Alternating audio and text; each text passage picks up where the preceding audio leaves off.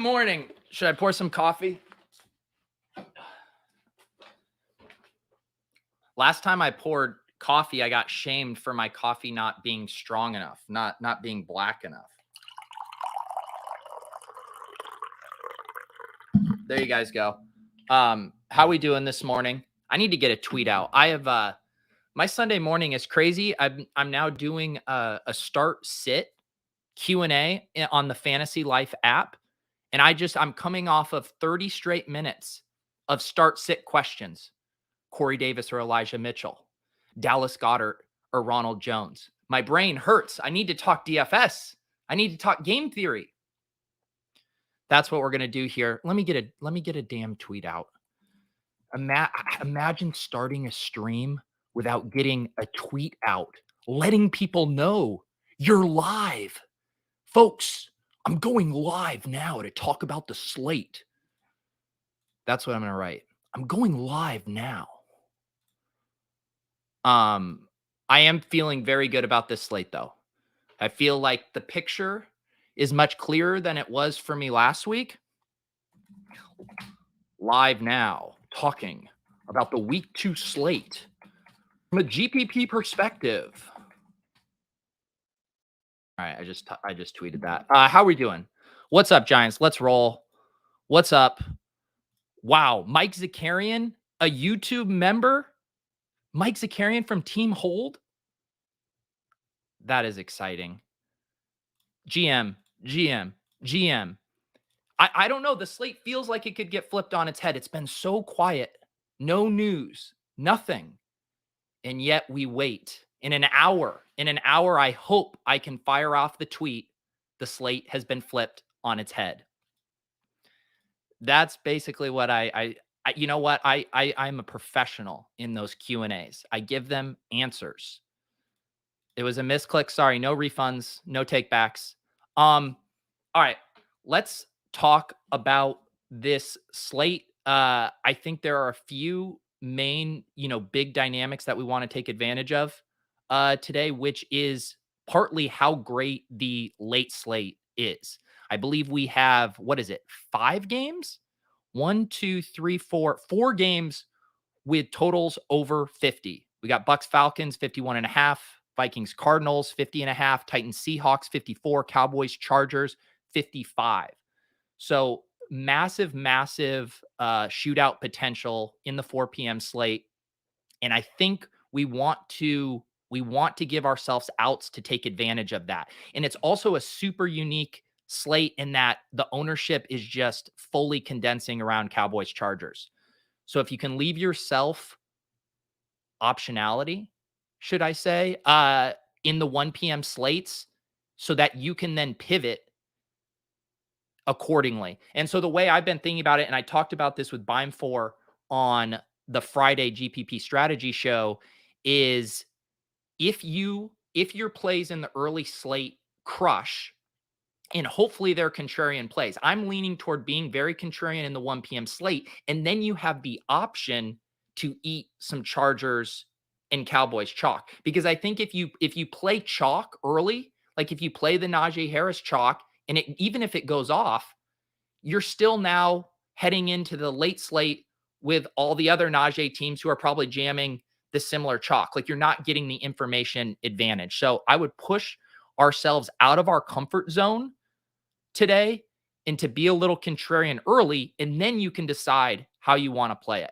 But for me, I'm not eating hardly any chalk today. I'm not playing Najee. I'm not playing Carson. I don't think I'm going to build, at least to start, any Cowboys or Chargers stacks. It is what it is. Are they great plays? Yes. Amari Cooper and CeeDee Lamb are some of the best plays we'll ever see from a points per dollar and ceiling perspective. But I think it's unnecessary with how many other great spots there are on this slate that just aren't going to catch a lot of ownership. I will not dupe you, bro. GM. I do like the Diggs Allen suggestion, although that ownership has come up a little bit.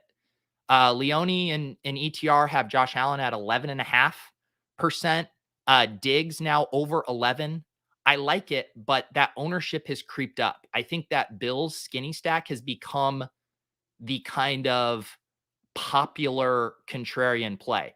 I think if you do it, toss in Emmanuel Sanders and maybe try to get really creative with your bring back. I'm kind of liking Devontae Parker as the bring back right now from a kind of ownership perspective. Play Javonte and Chase Edmonds in the morning and pivot where you want them in the PM. Chase Edmonds is in the PM, Ricky. You can't trust these West Coast guys, man. They just roll out of bed and they don't even know what time it is. Too many good plays to get chalky, says It's Mookie. That's how I feel. That's how I feel. So one thing I've been doing, and we should pull this up here. Let me pull up the simulation here for Run the Sims. This was updated this morning with latest news. Helps us get a feel for what plays might be going overlooked.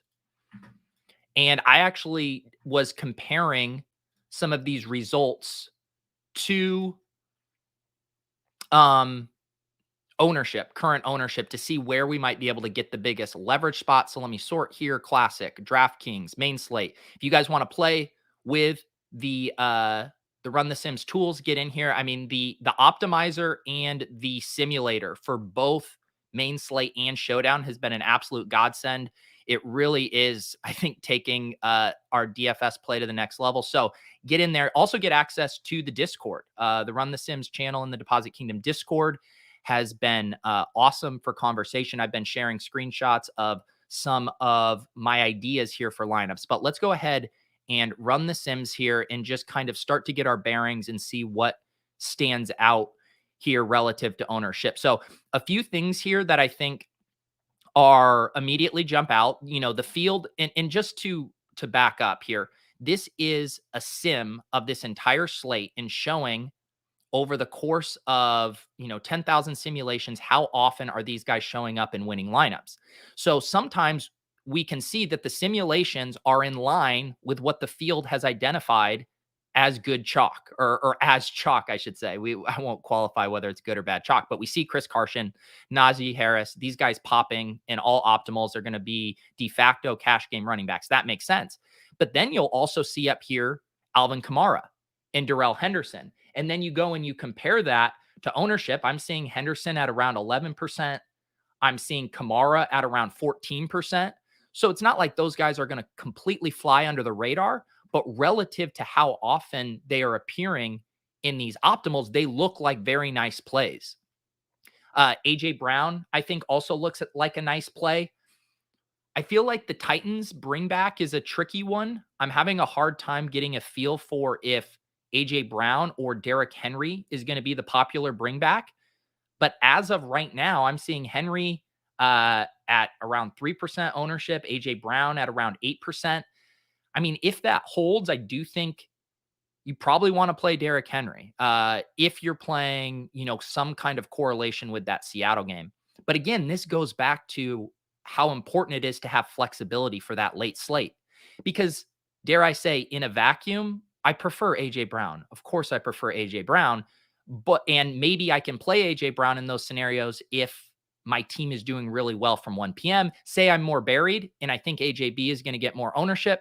Well, then maybe I need to go to Derrick Henry in that spot. So I think as you build your lineups today, making sure that you have thought through the kind of 4v4s, 3v3s, however you've constructed your lineup, so you can make those late swap decisions in the best possible way, because there's so much room that you can fix and tweak things based on how it goes early. And another thing we talked about with Bime 4 too, like definitely leave your defense for late if possible, because it just gives you another spot to play with, more salary, more flexibility. Let's see. We have Al Zeidenfeld in the chat. Check out Al Zeidenfeld's Tinker Cast. Al, when do you go live for that? Is that about noon to lock? You guys can head over there. Al will make sure you guys don't tinker. Here we're tinkering. But then once you get to Al's show at noon, no tinkering. Henry Coverboy on the thumbnail. You know what? Here I am talking through Henry versus AJ Brown, and little did I know I put Derrick Henry on the thumbnail. I mean, can you imagine? Will you have them as secondary stacks or not at all? So basically, if I hit on a few of my early game stacks, so like say I play I don't know, Darrell Henderson and I don't even know if I like a mini correlation in that game. Say I play Alvin Kamara and DJ Moore, and those guys each go off for 30 points. At that point, I'm going to start thinking, all right, maybe I'll eat a little chalk from this game. Maybe I do a little Austin Eckler and CD Lamb. I start to feel a little bit more comfortable because I've already established a high point score in my lineup at low ownership. So I feel like I'm already ahead of most of the teams that are going to have those players. So that's how I'm going to be thinking about it. But right now, I have basically scratched off that game from my list. And some people might not have the stomach for that.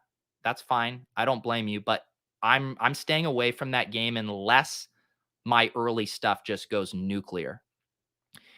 Any takers on Inception Pete as he has content within content within content? Yeah, I mean, this is my entire life is just folding in on itself. Speaking of that, I mentioned In a Vacuum. I do now have a podcast feed. So I know people don't necessarily have time to watch all the YouTube. If you search In a Vacuum on iTunes, that's the name of the podcast. I also have the link down below. You can get it on Pocket Cast, Spotify, whatever. So I haven't been posting the showdown crams because those are so ephemeral and pretty much useless the second lock starts. But if you want to listen to the lineup review, I'll throw this audio up right after here. You can check that out on the podcast feed. Let's see here. How are we feeling about the Cincinnati-Chicago game? Potential for a shootout. I don't know if I see it as potential for a shootout. I mean, we saw the Bengals.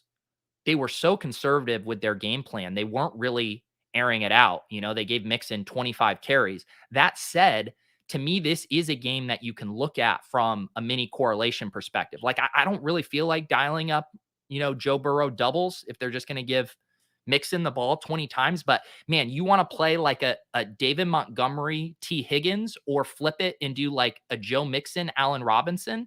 I think you could really be cooking with something like that. I think all four of those guys I just mentioned are probably going to be pretty underowned on this slate. So yeah, that's a game I want to pick my spots smartly, but I don't think I'm playing that game as a shootout. Mike, I'm with you. I like the Philly stuff with Eric on Friday. We were looking at that game. Eric was talking about how Hurts really lends himself to more of a skinny stack, which I agree with. I don't think you have to double stack Hurts. And the reason I love that game is because I do feel like you can stack Hurts with one of Rager, Devonta Smith, or Goddard. And I think Devonta Smith is going to be the most popular, but I've been looking at a few different things. In the Run the Sim simulator, Rager is popping a little bit more as a leverage play. I was reading the Advanced Sports Analytics newsletter. Their sims were having Rager over Devonta Smith. So that made me perk up and pay attention there. And then on the bring back, I feel like you have two really solid GPP bringbacks in Eli Mitchell or George Kittle.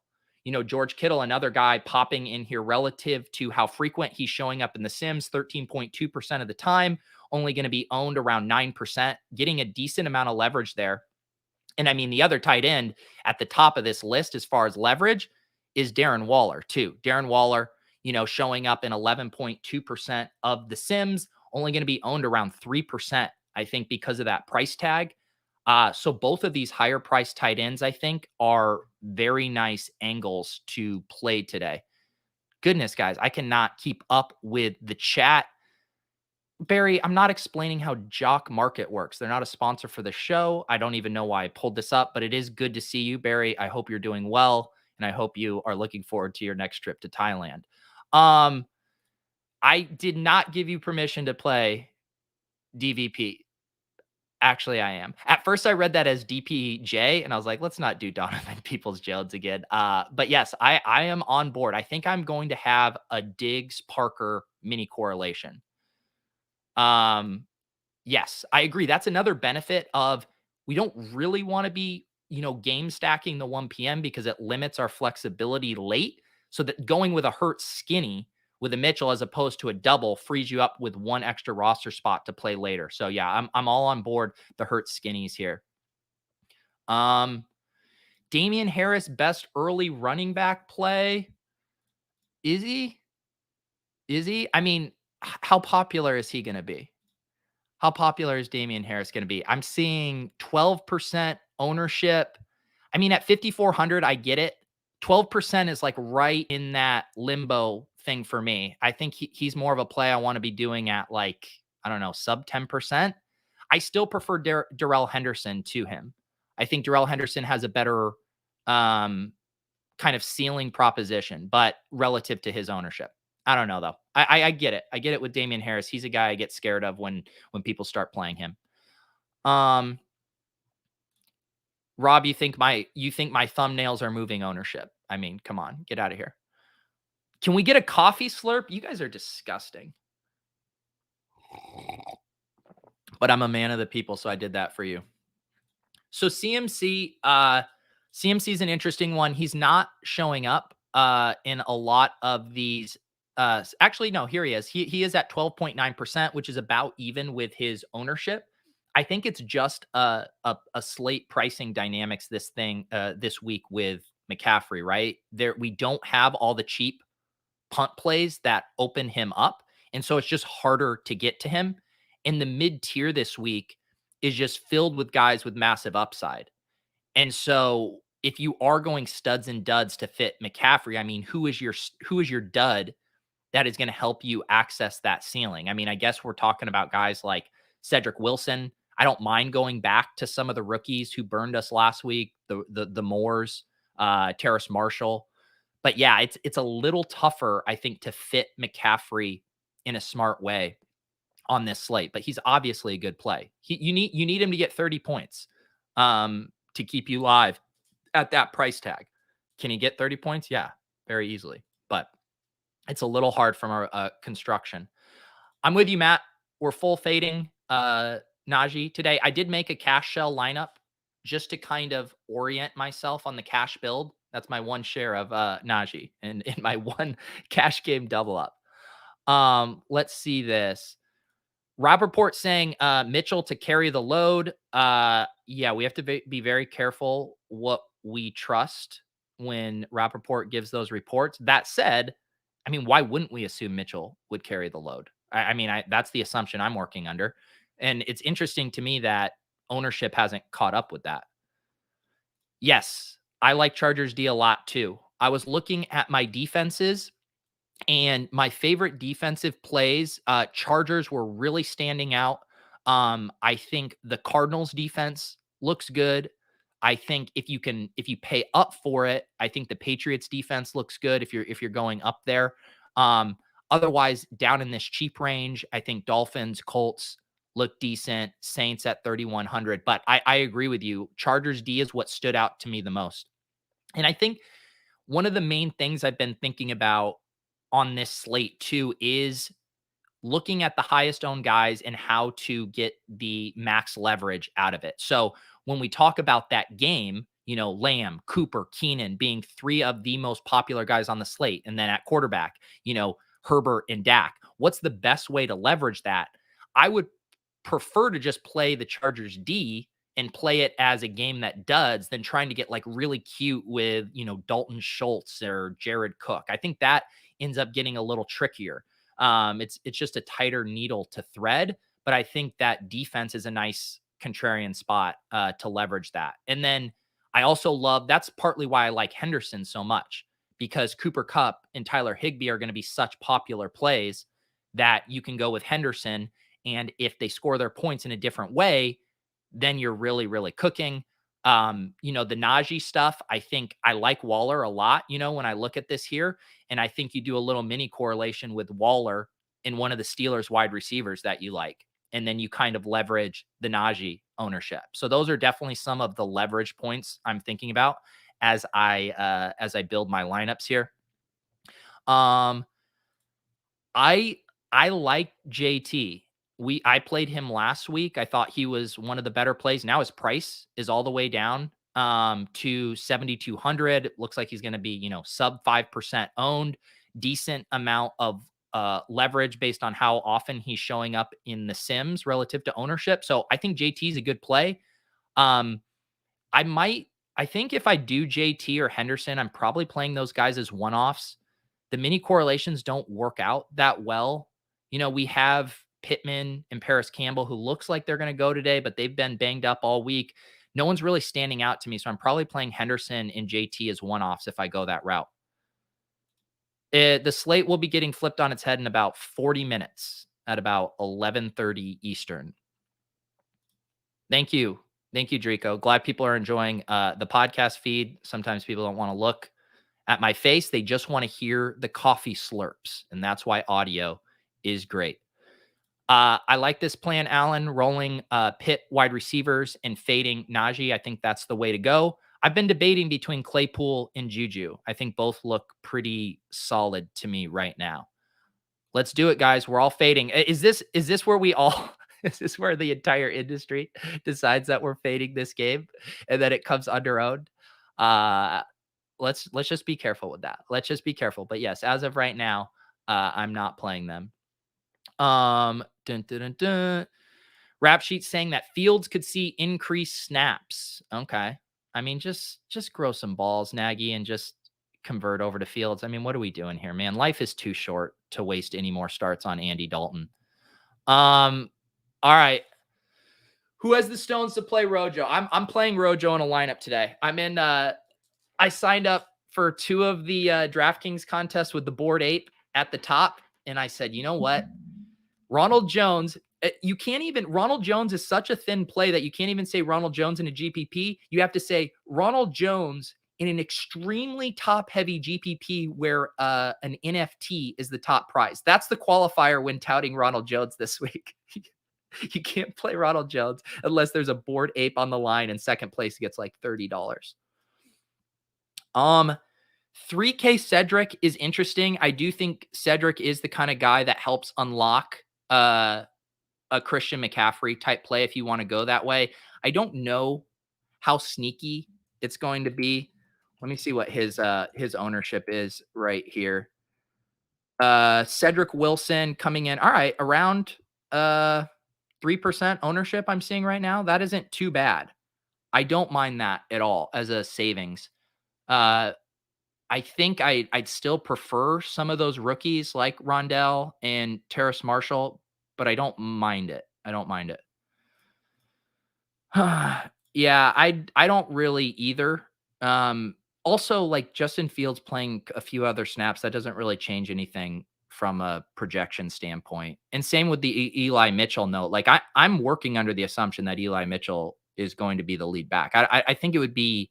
I feel like you have to do a decent amount of mental gymnastics to say he wouldn't be, other than just like, oh, Shanahan's crazy, he'll do whatever. But I mean, Sermon's obviously going to be involved, but it feels like at best he's going to be the 1B to Mitchell's 1A.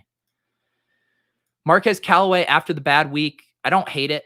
Again, I think because I think that's actually the nice way to play the Kamara and McCaffrey stuff. Like if you do McCaffrey, play Callaway on the other side of it. If you play Kamara, play Terrace Marshall or DJ Moore. I kind of like the mini correlations in that game.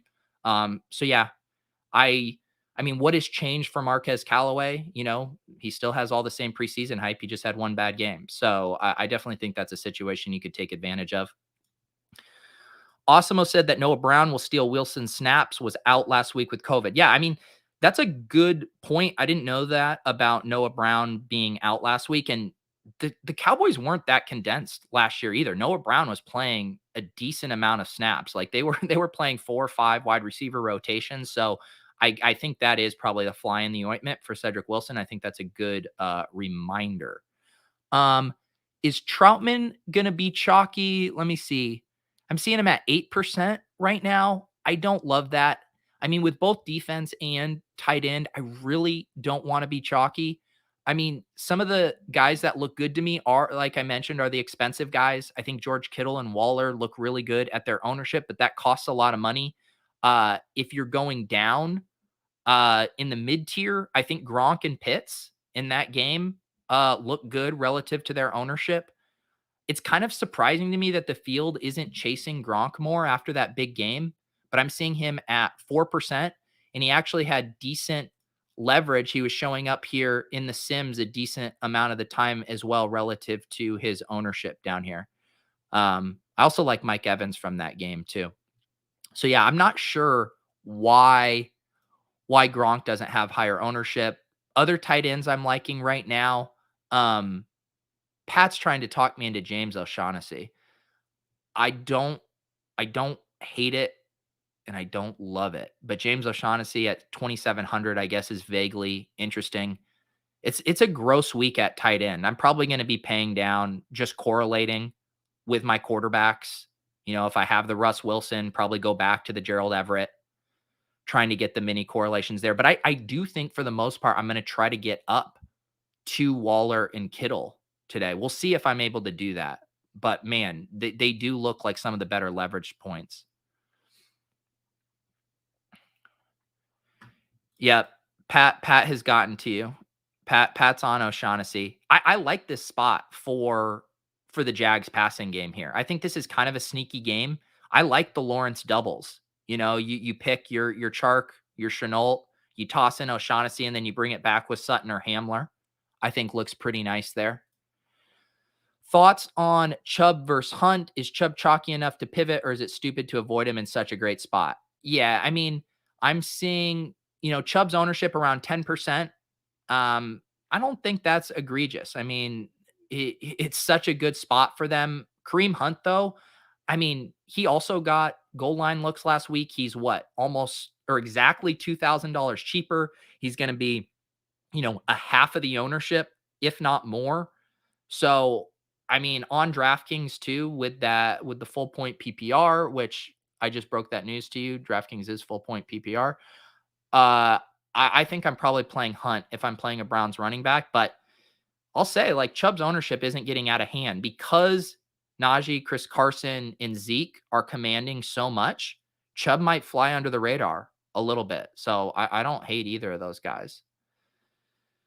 Oh man. Yeah. I mean, I don't I don't think I'm going back to them hard, but I think if I'm playing Ronald Jones, I'm gonna probably be playing Pitts or Ridley on the other side. I'm not touching Mike Davis in this spot. I'm not touching Matt Ryan, but I think the roles were solid enough for Ridley and Pitts that if the thesis is the Falcons learned their lesson week 1 and they're not going to stubbornly run Mike Davis up the gut on 3rd and 8, then Pitts and Ridley will be the benefactors. Benefactors. I like Komet. Yeah, I think he's another guy when I was talking about those little mini correlations for that game. If you want to do a Higgins Komet or a Mixon Komet instead of a Montgomery or A-Rob, I think that makes sense. My screen is blurry. I am sorry, Pimp KLT. I am sorry. I have about 100 tabs open right now, and sometimes my computer can't handle it. My deep apologies. I don't have much Drake love with Jacobs out. I think this is one of those things similar to Mostert last week. And I guess this is a kind of a weird comparison, but just saying where it doesn't actually change their role that much. I think the field probably overreacts more to just assuming he's going to be a 1-for-1 replacement. But I think Peyton Barber is going to see a decent amount of Josh Jacobs early down work. And then you have Drake just adding on a little bit more in the passing game than he already had. And it's just a bad spot versus the Raiders or the Steelers here on a short week for them. So I don't love Drake. I'm playing him in a few season long spots, where I'm in a pinch. But for DFS, I'd rather go down and, clackety clack, roll the dice with Ronald Jones. I'd rather play, Chase Edmonds down in that range. I'd rather play Eli Mitchell. So I don't know. No love for Drake for me. Can we play the best plays? No, I'm actually aggressively touting not to play the best plays. I'm not playing Carson. I'm not playing Najee. I'm not playing Cowboys. I'm not playing Chargers. I don't play the best plays. I don't know about Chubb and Cash. That seems very reckless to me. I don't know. Like if you're going to play Chubb at 7,800, I mean, might as well just get up to Kamara, get up to some kind of passing floor. Chubb and Cash does not my jam. Noah Fant with Jerry Jeudy out. Yeah, I mean, Noah Fant's going to be popular. I'm seeing him at 20% ownership, which I never want to play tight ends that we can't project for, 8+ targets at that kind of ownership. And that's why I think Sutton and Hamler as your bringbacks is the way to play those Broncos. He's a good play. I mean, he's a good play, but the field knows that too. And I think there's just too much randomness with the tight end scoring to eat that chalk at 20%. I have Jack yelling at me. Jack, this is a main slate show, and the team you stump for plays on Sunday Night Football. So save it. Save it for your showdown shows. I think so. Yeah, because I was looking at these sim results here, and both of the Minnesota wide receivers have been showing up here a decent bit. You see Justin Jefferson. I believe Adam Thielen was up here too. So I think that's a game, in the 4 p.m. slate where I could see myself doing, Justin Jefferson, Rondell Moore. I don't think anyone's even going back to Nuke Hopkins. If you want to do Justin Jefferson, Nuke. I mean, those are the kind of things I think you need to do if you're sitting on Cowboys Chargers stacks and your early guys don't go off. I think going to the low owned mini correlation in that Minnesota Arizona game makes a ton of sense. And I do think Rondell is probably one of the better salary savers. My thesis on this Cardinals team is that, they're going to be able to support 2 to 3 blow up games a week performances from their skill position players. Last week it was Kirk and DeAndre Hopkins, but I don't see any reason why it couldn't be Chase Edmonds and Rondell Moore this week. I think there's plenty of meat on this bone. Kyler's just so expensive that I have a hard time fitting him, but playing a wide receiver with Jefferson is something I think I'm definitely going to be doing today. Yeah, I don't hate the Kyle Pitts call. Tight end is super gross. He's not going to be popular. A little bit of flop lag there. I don't mind the Kyle Pitts call. I hadn't considered this one, Nick, but I don't hate the idea, especially because it's just really nice leverage off of the Cup in Higbee ownership. I think that's a really nice call there. I might have to give that a look at 3,300. Give me an air yard thesis for someone. You want an air yard thesis? I mean, well, we just did one. Deshaun Jackson catching a bomb here. I don't know if I have any air yard kings. The air yards buy low model isn't out yet. Hermsmeyer apparently needs 3 weeks to run this model. I mean, come on, Hermsmeyer, just spit out something. Just give the people some air yard data. Oof. I can't do this, Andrew. I absolutely can't do this. Do you know what I did want to do? I wanted to do a quick, yeah, let's do a quick battle royale draft on Underdog. Who wants to hop in one of these? The mini royale finished, or the baby one. So I want to do another one of these. These are super fun because I approach them just like a GPP, where I basically have the same formula for how I do these, which is try to get stacks and correlation and then try to get unique with my last pick, like off the board ADP. And I had a lineup that finished, I think, top 50 last week. And it just had the Hill, Tyreek, and Mahomes correlation with Chubb on the bring back. And then I think some secondary correlated plays. I think it was Lockett and whoever else they were playing. So yeah, I think these are exploitable from a GPP perspective. And they're very fun. And I think pretty EV right now based on how the field is playing, because the field gets so anchored to the ADPs in here. And that if you can just push yourself a little off the board, like DJ Moore doesn't get drafted in most of these contests. So when I'm taking Kamara, I'm normally taking DJ Moore as my last pick. So we'll blast off on one of these here.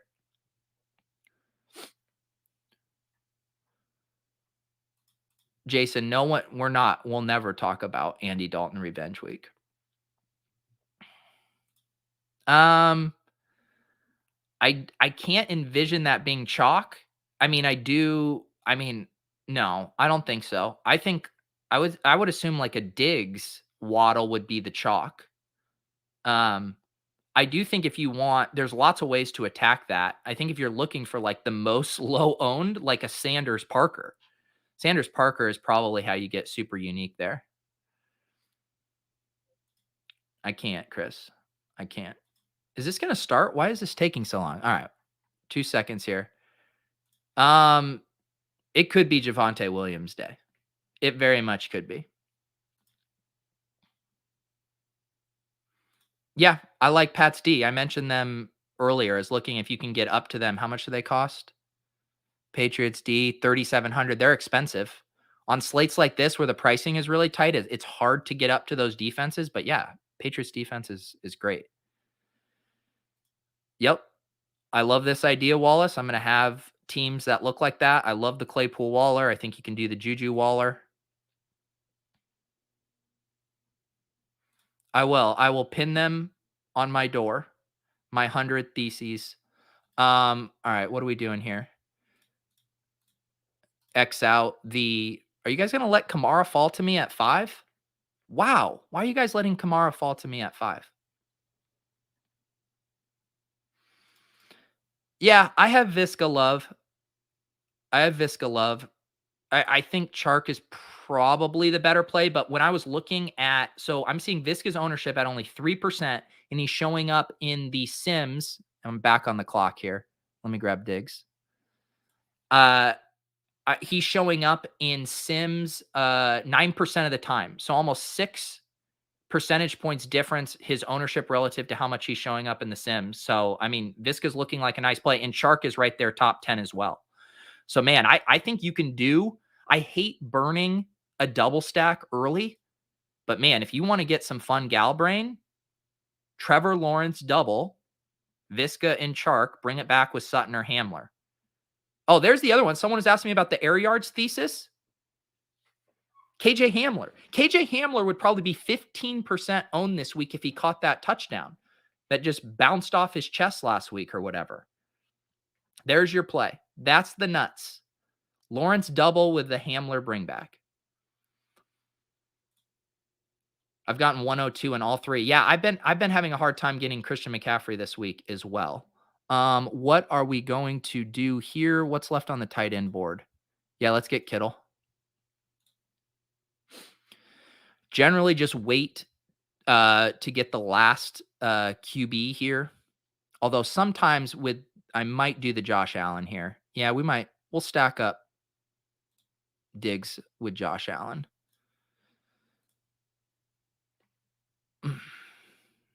Well, based on this team I just drafted, I hope you're right, Giants Gaming. This is the way, Mookie. We all turn into mega contrarian bros. This is the future. I like Diggs Waddle. Messing with Damien Harris at all, pivot off the chalkier Harris or just pay up an extra few for 100. Yeah, I prefer Henderson to Harris, but yeah, someone mentioned Damien Harris earlier. I don't think he's a bad play. Probably could do. I mean, I know the running back defensive correlations aren't quite as in vogue these days, but man, I do feel like Damien Harris Patriots D is probably a pretty strong correlation there. If Damien Harris is getting a ton of work, that defense is probably doing well.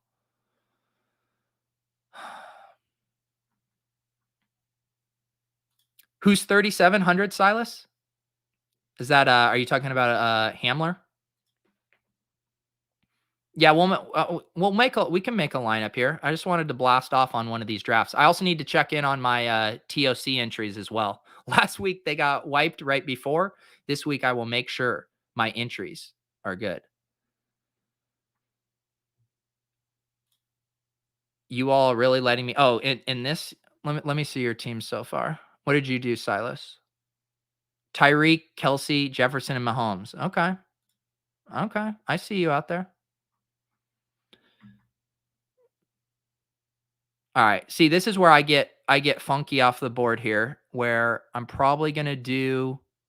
Let's do DJ Moore here as my bring back on my Kamara play, and then we'll do Parker here with the half point. Parker or Waddle? Parker or Waddle? Let's go with Parker. So this is how I like all of my teams on here look like this. Single stack with a bring back, secondary mini correlation, and then an off the wall last pick that won't be super high owned. Easy game. This is how we win. What is it? $20,000? $20,000 up top. You guys can play these every week on Underdog Fantasy with promo code Pete. The $25 bonus, those days are over. Those days are over. You can now only get $10 when you sign up, but it's still a free $10 with promo code Pete on Underdog Fantasy. And I'm getting excited. I feel like they're going to be dropping us an early season full best ball contest here shortly. So best ball season never dies. It never dies. People want to build a lineup. That's what people want to do here. We can build a lineup. We can build a lineup. We'll head over to draftkings.com. Let's check out the lineups page. DraftKings has to get rid of these best ball things in our live contest. It's brutal. Like, come on, guys. Oh yeah, let's do TOC real quickly here too. So their marketplace is now up. I have not ventured into the marketplace for flipping. I've just been setting lineups here. Very similar to how I've been approaching those underdog contests is kind of how I've been approaching these TOC lineups where I'm trying to get in a stack, preferably with a bring back if possible. Sometimes I don't have the cards to make it work. And then hopefully just being a little bit unique in shuffling around my guys where I'm not just jamming my best cards in the same lineup because I assume that's what the field is going to be doing a majority of the time. So we can just take a look at a couple or my three lineups here. I do have the Bills stack. I do have Dolphins wide receiver, but you can't play two wide receivers. So you would have to use a tight end or running back for the bring back. I do have a Gaskin, or dare I say a Dolphins running back, but I didn't want to do that here. So I do have a Seattle stack down here. So then I'm just going to put my running back card in this Bills stack, jam Waller Raiders card, and the Los Angeles D down here. I'm rolling with a Seattle QB to wide receiver stack. I am playing the correlation in this game. I have my Tennessee Titans running back here. I do like how that works out. You hope Henry busts one off early, and then the Seahawks are coming back. Am jamming Kelsey, tight end here, Kansas City. And then Cardinals defense. I like Cardinals defense here against the Vikings. And then down here, I'm getting a little off the board. This is another one where I have Cowboys quarterback, but I just assume that's going to be so popular and so chalky that I'm rolling with my Philadelphia stack. So I'm going with Philadelphia QB to Philadelphia tight end. I am tossing in the Chargers wide receivers here and jamming the nut running back here in the Carolina, and then going defense here with the Seahawks.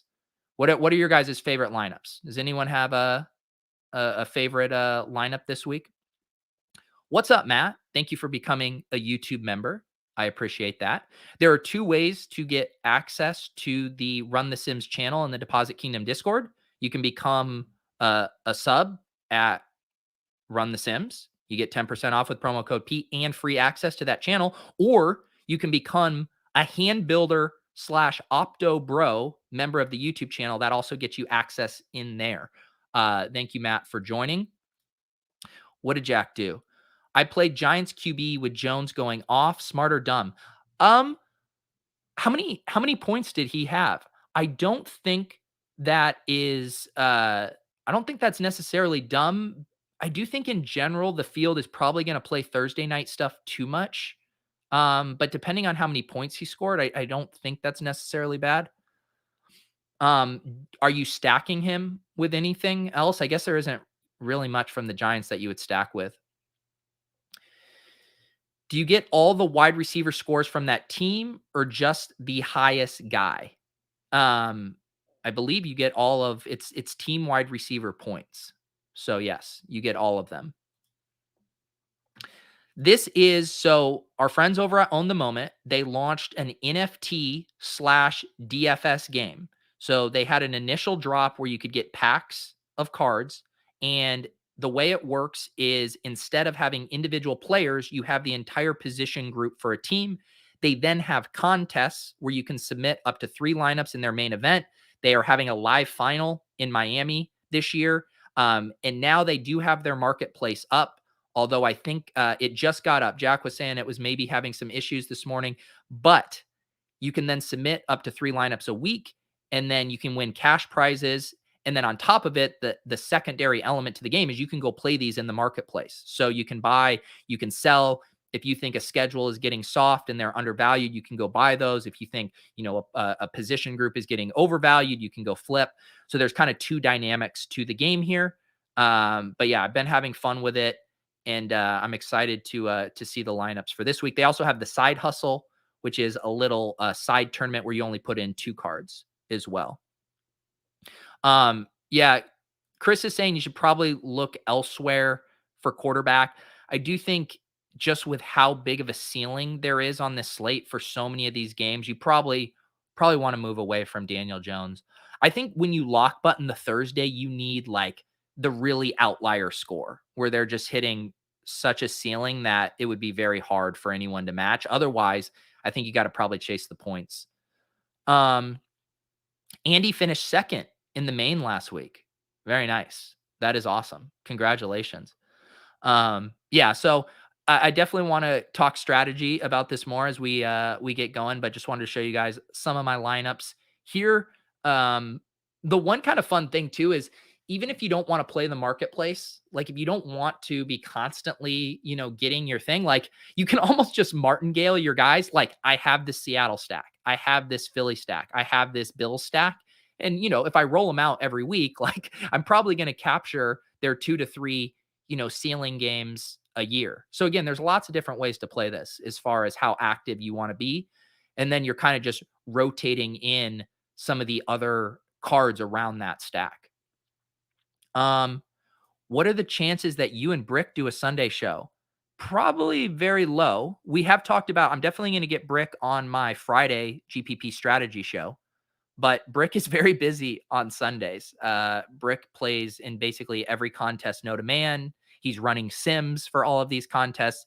He is a professional DFS player. So Sundays are very busy for him, but glad to hear that you like when Brick and I get together, and you can find us every Wednesday night on Lulz. I thought this past week's episode was a really good one in an evergreen conversation about strategy. And like I said, I'll get him on one of my Friday GPP shows as well. Pete, where did the meme about paying for a podcast come about? Oh, there was some guy, I don't even know who he was, but he said something about how he requests, $50 to $100 for any time he shows up on a podcast. So everyone was riffing on that. And it was less like, I don't even think that's an egregious take to have. Like, your time is valuable. I mean, I've never charged anyone for a podcast experience. Like, I go on podcasts I like. You do it because you want to support your friends, other shows. They end up coming on your shows. It all works out. You don't have to, be bean counting, your time. On the other hand, I do understand if you're fielding like random media requests, like that is a big ask of your time. It was just how he wrote it was extremely condescending and tone deaf, and that's how you get dunked on Twitter for the rest of the day. Al Smiz, $50 to $100 anytime my family asks me to go out to dinner. My time is valuable. That's a good way to pay for the dinner too, Smiz. You kill 2 birds with 1 stone there. Speaking of, I did want to show, I don't know if you guys saw this on Twitter. I saw some crazy hand builder stuff on Twitter yesterday. Like, we joke about hand builders versus Opto Bros. I mean, well, this was truly a joke, but look at this thing someone sent me here. Where is this? Wait, did he, wow, the guy deleted his tweet. Why? The original tweet I was about to pull up, the guy deleted it. He had this insane handwritten thing. Where did the tweet go? I guess we only have Chris's here. I mean, this one isn't even as crazy. All right. I was going to show his crazy written scroll of all his DFS plays, but he deleted it. How did that happen? All right, let's build a lineup. The Blake Bell guy still kept his, but the original guy deleted his tweet. Uh, hey, I know. That's what I said on Twitter. I was like, there's now 2 categories of hand builders. There's the Google Sheeters. I'm a Google Sheet guy. I like my conditional formatting. I like having my columns. I like pretending like I'm a data scientist, but I'm not. It's just the most basic Excel functions possible. But now I realize there are legit the pen and paper bros out there. This is a whole new level of hand building. I feel like I'm a poser. Here I am using my fancy 21st century, tools, and these guys are over here etching in their lineup into the side of a rock with a chisel. Okay, let's build a DraftKings lineup. And then I am going to go and check out final news. I'm going to finish the Fantasy Life newsletter. Then I'm going to build some lineups with the Tilt Space Bros and then finish up with my single entry lineups. So as a reminder, Tilt Space tonight around 6:30 on ETR. We're playing in the $1,500 single entry and the Juke 3 Max. And because I think we'll be very heavily loaded on the 4 p.m. slate, we should hopefully have some more fun sweats than we did last week, where there wasn't as much goodness in the 4 p.m. slate. But let's build a lineup here. How about this? Someone in the chat toss out a stack or a mini correlation they want me to start with, and then we'll build logically around that. Someone give me a stack they'd like to see us start with or a mini correlation. We'll go from there. More coffee ASMR for you guys. Whoa. I got really scared that this was about to fall off. That would have been bad. It would have been a great clip for me to spill coffee all over myself, but it would have been disastrous. I'm the same way, Brian. Leone last year helped me with my spreadsheet. He taught me how to do index matching, and I feel like a goddamn genius. Oh, baby. You want to do a mix and commit? All right. I like that. Let's do mix and commit. Maybe we'll try to incorporate a couple of these suggestions. Mix and commit. Wow. Too many suggestions in here. Holy cow. I am seeing a Diggs Waddle. All right. Let's do Diggs Waddle. This is like, can we crowdsource a good lineup is the question. All right, we have a Diggs Waddle in here. We need a stack, though, that fits. Okay, I guess we just toss in Allen. Should we see if we can make Allen work? Allen to Diggs, Waddle. Are we going to toss in a double, or are we just going to go single? But remember, guys, we have to leave ourselves some 4 p.m. guys. We've established that this is one of the best late swap slates we've seen. And we're going all in on the 1 p.m. slate. Let's see it. Josh Allen, Damien. You guys all want to play 1 p.m., guys. What is going on? Come on, guys. We need something in the we need something late. How about Edmonds Jefferson? Edmonds Jefferson to give us something late. And then what if we go down at defense here? I don't think we can afford Pats in this one. Or we could go, what if we did Rondell? That'll help us save money. We go Rondell, and then, I don't know. We do Chargers defense. We talked about them. That leaves us 5,900. Does that get us to Henderson? Or one off Henderson? Boom. There's your lineup. All right, the bombshells are coming in. Denzel Mims will be inactive today against the Patriots. I believe that guy who was trolling Adam Levitan all offseason on Twitter, who said he would S his own D if Denzel Mims was running behind Keelan Cole, I think it is time for him to S his own D. Do not play this lineup. Yes, please don't play this lineup, even though it looks very solid to me. Hopkins Osborne instead? Sure. I mean, I don't know. I'd rather just play Jefferson. I mean, I know Osborne's cheaper, but come on. I think you could do the Manny Sanders double as well. Yeah, you could swap out, if you wanted to play a one-off Jefferson or something. How much is Sanders? No, yeah. No, wait. Emmanuel Sanders 4,000. Yeah, you could do that. You do that as well. But again, the only reason I don't love this lineup is because we're just blowing so much of our load early. Need to work on my turns of phrase there. Let's we're gonna shut this down because I need to go write updates. I need to go write words about Denzel Mims being inactive. I appreciate you guys hanging out. Like I said, I'll be back later tonight for the tilt space. You guys can get my thoughts on latest injury news in the Fantasy Life newsletter that will drop in about an hour. And then we'll be back tomorrow morning to tilt, to celebrate, to recap our week 1 single entry lineup. I believe that is it for me, guys. I appreciate you hanging out as well. Come hang out in the Discord. I'll share some of my final thoughts there before lock. And we'll also jam on that KC Baltimore showdown slate as well, which I think will be a fun one. We can talk some stats in there, look at the Sims on Run the Sims. Appreciate you guys. Good luck this week. Remember, leave yourself some flexibility in the 4 p.m.